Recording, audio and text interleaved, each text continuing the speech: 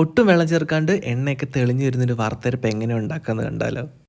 ഓണത്തിന് ചില സ്ഥലങ്ങളിലൊക്കെ സദ്യയുടെ കൂടത്തിൽ തീയിൽ വിളമ്പാറുണ്ട് കേട്ടോ. എൻ്റെ വീട്ടിൽ തീയിൽ മസ്റ്റാണ്. അപ്പോൾ ഇതിന് മുമ്പ് ഒരു 2 വീഡിയോയിൽ ഞാൻ വറുത്തരച്ച കറിയുടെ റെസിപ്പി ഇട്ട സമയത്ത് എന്നോട് കുറേ പേര് ചോദിച്ചു എങ്ങനെയാണ് ഈ എണ്ണ തെളിഞ്ഞു വരുന്നത് അരപ്പിനകത്ത് നിന്ന് വെള്ളം ഒഴിക്കാണ്ട്, പിന്നെ എത്ര എങ്ങനെ കളർ കിട്ടുന്നത്, മെഷർമെൻറ്റ് എല്ലാം ചോദിച്ചിട്ടുണ്ട്. അപ്പം ഞാൻ വിചാരിച്ചു എങ്ങനെ നല്ലൊരു വറുത്തരപ്പ് ഉണ്ടാക്കുക എന്നുള്ളതാണ് ഇന്ന് ഞാൻ കാണിച്ചു തരാൻ പോകുന്നത് കേട്ടോ.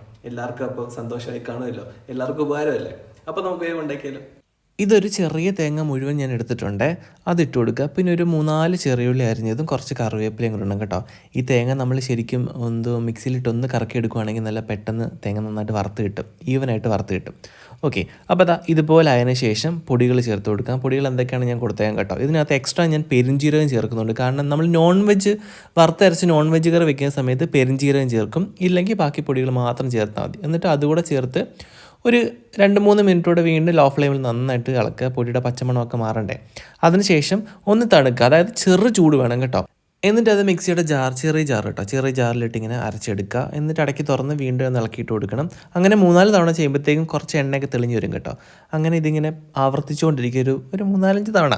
അപ്പോൾ ദാ ഇതുപോലെ നല്ല കുറുകുറാന്നുള്ള നല്ല എണ്ണയൊക്കെ തെളിഞ്ഞ വറുത്തരപ്പ് കിട്ടും. വെള്ളം ഒന്നും ചേർക്കേണ്ട ആവശ്യമൊന്നുമില്ല കേട്ടോ, കാരണം ഇത് ഇങ്ങനെയാണ് ചെയ്യേണ്ടത്. ഇങ്ങനെ വെച്ചാലാണ് കറിക്ക് ഒരു കളറും ടേസ്റ്റും ഒക്കെ വരത്തുള്ളൂ. പിന്നെ നമുക്ക് ഫ്രീസറിൽ സ്റ്റോർ ചെയ്ത് വെക്കാൻ പറ്റും. അപ്പോൾ ഇതിങ്ങനെ ഒന്ന് ഉണ്ടാക്കി നോക്കണേ ഇനി.